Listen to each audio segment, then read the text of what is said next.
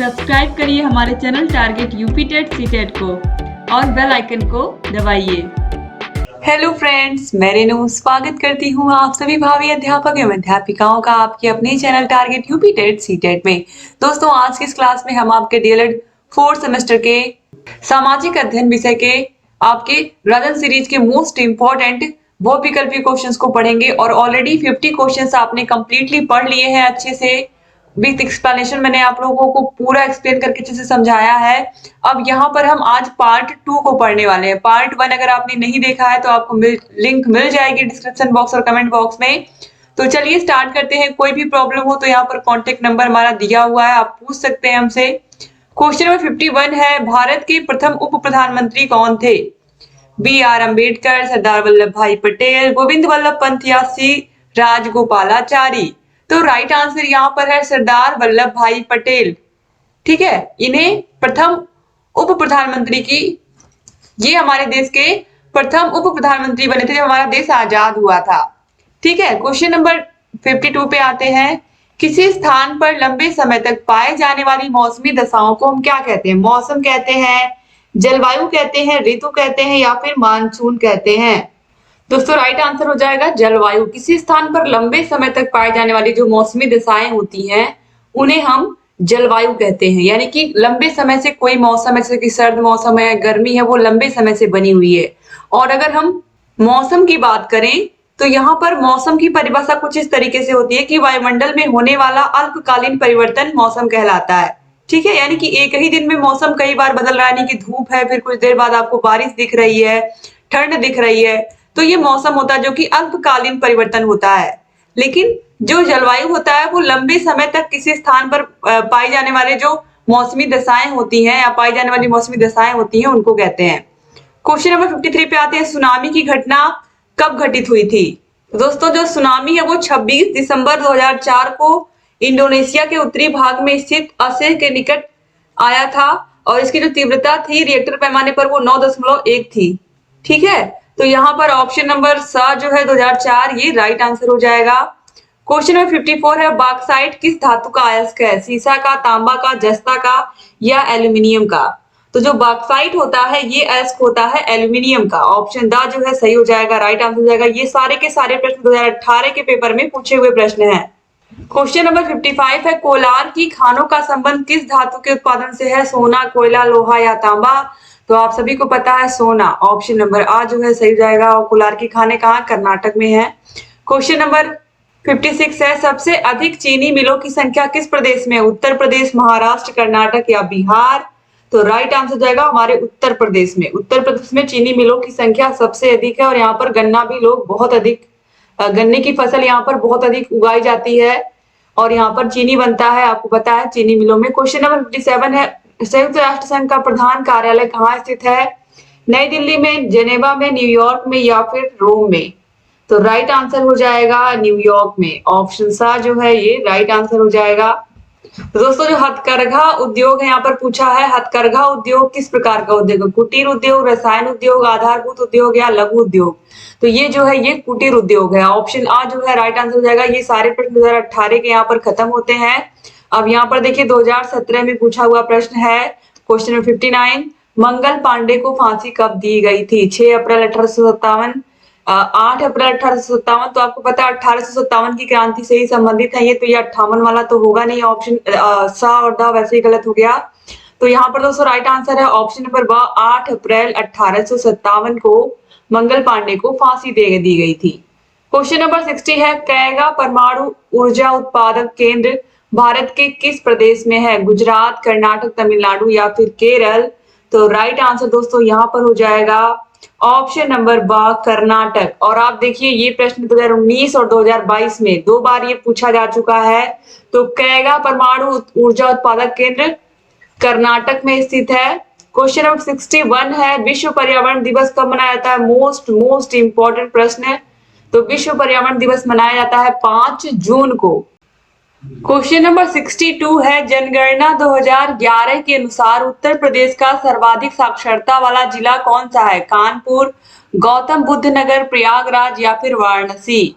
तो right answer दोस्तों यहाँ पर जाएगा ऑप्शन नंबर बा, गौतम बुद्ध नगर। क्वेश्चन नंबर 63 है, भारत का सबसे लंबा राष्ट्रीय राजमार्ग कौन सा है? तो राष्ट्रीय राजमार्ग यानी कि NH7 जो है ये सबसे लंबा राष्ट्रीय राजमार्ग है। 2019 के एग्जाम में ये सारे प्रश्न पूछे हुए हैं। क्वेश्चन नंबर 64 है, योजना आयोग के स्थान पर नीति आयोग की स्थापना निम्नलिखित में से किस वर्ष में हुई? तो दोस्तों ये हुई 2015 में। ऑप्शन नंबर बा जो है ये सही हो जाएगा। योजना आयोग का नाम बदल करके नीति आयोग कर दिया गया और इसके अध्यक्ष कौन होते हैं? आप सभी लोगों को पता है, देश के प्रधानमंत्री होते हैं। ये 5 साल की योजनाएं इसके अंतर्गत बनाई जाती है, जिसे हम पंचवर्षीय योजना के नाम से भी जानते हैं।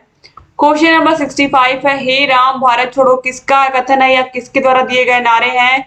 तो ये आप सभी को पता है, महात्मा गांधी जी ने कहा था। ऑप्शन सा जो है सही हो जाएगा। क्वेश्चन नंबर 66 है, जो राजा कुंवर सिंह है ये कहां से संबंधित है? कानपुर से, जगदीशपुर से, रामपुर से या दिल्ली से? तो ये संबंधित है जगदीशपुर से। ऑप्शन बा जो है सही जाएगा। 2016 2018 दोनों ही वर्षों में ये प्रश्न पूछा हुआ है। आगे बढ़ते हैं दोस्तों, अगला प्रश्न है क्वेश्चन नंबर 67, स्वामी दयानंद सरस्वती ने आर्य समाज की स्थापना की थी। कब की थी? 1870 में, 1872 में, 1875 में या 1880 में? तो राइट आंसर है 1875 में। 1875 में इन्होंने आर्य समाज की स्थापना की थी। ब्रह्म समाज की स्थापना किसने की थी? आप सभी लोगों को पता है, राजा राम मोहन राय ने की थी। रामकृष्ण मिशन की स्थापना किसने की थी? स्वामी विवेकानंद जी ने की थी, याद रखिएगा। क्वेश्चन नंबर 68 है, साइमन कमीशन ने अपनी रिपोर्ट कब प्रस्तुत की थी? 1922, 1924, 1928 या 1930? तो राइट आंसर है 1928 में। 2018 2022 में ये देखिए पूछे हुए प्रश्न है। क्वेश्चन नंबर 69 है, राष्ट्र मेरा धर्म है, जनसेवा मेरी पूजा, ये किसका मिशन था? विपिन चंद्र पाल का, गोपाल कृष्ण गोखले का, लाला लाजपत राय का या पंडित जवाहरलाल नेहरू का? तो राइट आंसर है लाला लाजपत राय का। ऑप्शन सा सही हो जाएगा। 2018 में पूछा हुआ प्रश्न है। क्वेश्चन नंबर 70 है, भारत के उत्तरी राज्यों में शीत ऋतु में वर्षा किस प्रकार की होती है? संवहनी, मानसूनी, चक्रवाती या पर्वतीय? तो राइट आंसर यहाँ पर हो जाएगा दोस्तों, राइट आंसर हो जाएगा ऑप्शन नंबर द पर्वतीय।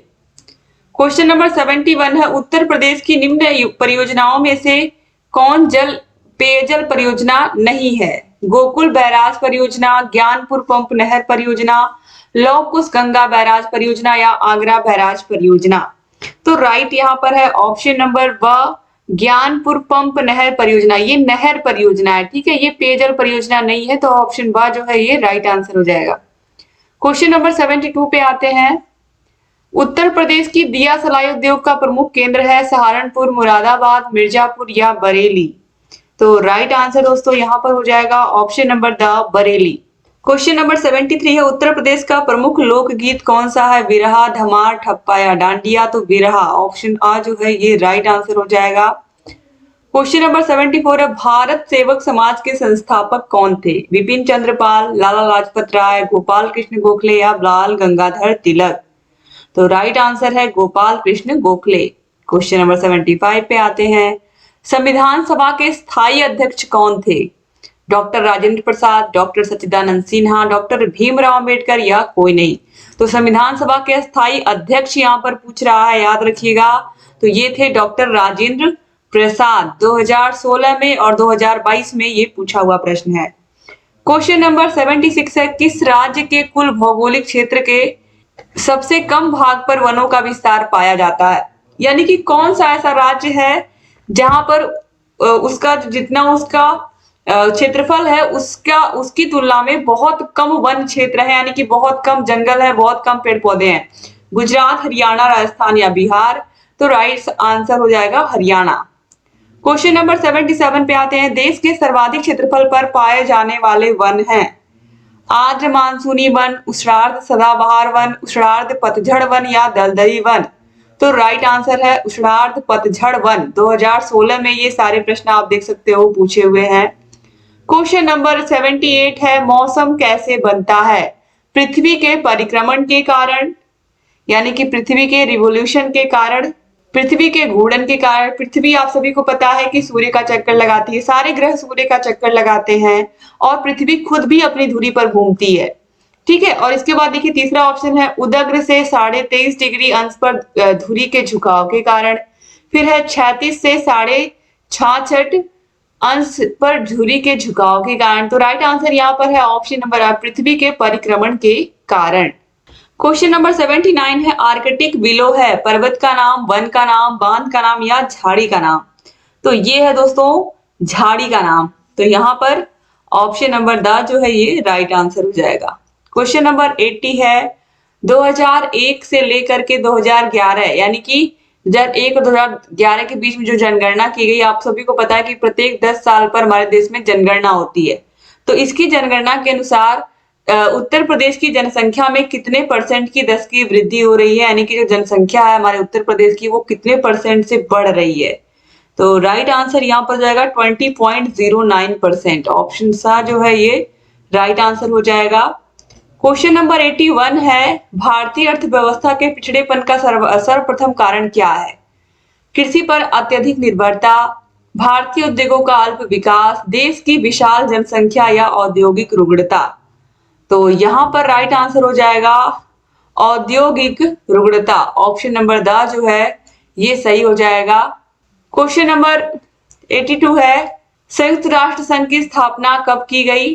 तो संयुक्त राष्ट्र संघ की स्थापना 24 अक्टूबर 1945 को की गई। ऑप्शन ब जो है ये राइट आंसर हो जाएगा और ये ऑलरेडी बहुत इंपॉर्टेंट प्रश्न है। क्वेश्चन नंबर 83 है प्राण एवं दैहिक स्वतंत्रता की गारंटी कौन सा अनुच्छेद देता है? अनुच्छेद 27, अनुच्छेद 25, अनुच्छेद 20 या अनुच्छेद 21। तो राइट आंसर है ऑप्शन द अनुच्छेद 21। क्वेश्चन नंबर 84 है हिमालय पर्वतमाला की सर्वोच्च चोटी कौन सी है? एवरेस्ट, कंचनजंगा, गॉडविन एस्टिन या नंदा देवी। तो राइट आंसर है एवरेस्ट। एवरेस्ट सबसे ऊंची चोटी है हिमालय की। क्वेश्चन नंबर 85 है कौन सा तत्व किसी स्थान विशेष की जलवायु को प्रभावित नहीं करता है? पर्वतों की स्थिति, भूमध्य रेखा से दूरी, खनिज संपदा या प्राकृतिक वनस्पति। तो राइट आंसर है खनिज संपदा। ऑप्शन सा सही हो जाएगा। तो इस तरीके से यहाँ पर टोटल आपने 85 क्वेश्चन तक कंप्लीट कर लिया। अब जितने भी प्रश्न हैं इनको हम अगली क्लास में पढ़ेंगे। तो उम्मीद करती हूँ कि आपको क्लास अच्छी लगी होगी। अच्छी लगी है तो प्लीज लाइक कर दीजिएगा। डिस्क्रिप्शन बॉक्स, कमेंट बॉक्स में आपको सारे 8 के 8 विषयों के क्लासेस की लिंक मिल जाएंगी, तो आप जरूर देखिएगा। और अगर आपको सारे विषयों के 8 के 8 विषयों के हाथों से लिखे हुए नोट्स चाहिए, सारे विषयों की क्लासेस, सारे विषयों की मास्टर क्लासेस, सारे विषयों के चैप्टर वाइज टेस्ट, सारे विषयों के प्रीवियस ईयर क्वेश्चन पेपर्स, सारे विषयों के राजन सीरीज, पवन सीरीज की पूरी जैसे कि आप देख रहे हो ये पूरी की पूरी पीडीएफ, ये सब आपको मिलेगी हमारे app target UP TET CTET app में। तो ऐप की link description box, comment box में मिल जाएगी। और कोई प्रॉब्लम हो तो यहाँ पर कांटेक्ट करके इस नंबर पर हमसे आप पूछ सकते हो। आप हमें इंस्टा पर भी फॉलो कर सकते हो। कोई भी प्रॉब्लम हो तो आप हमसे पूछ सकते हो। Thank you so much video को पूरा देखने के लिए। जय हिंद दोस्तों।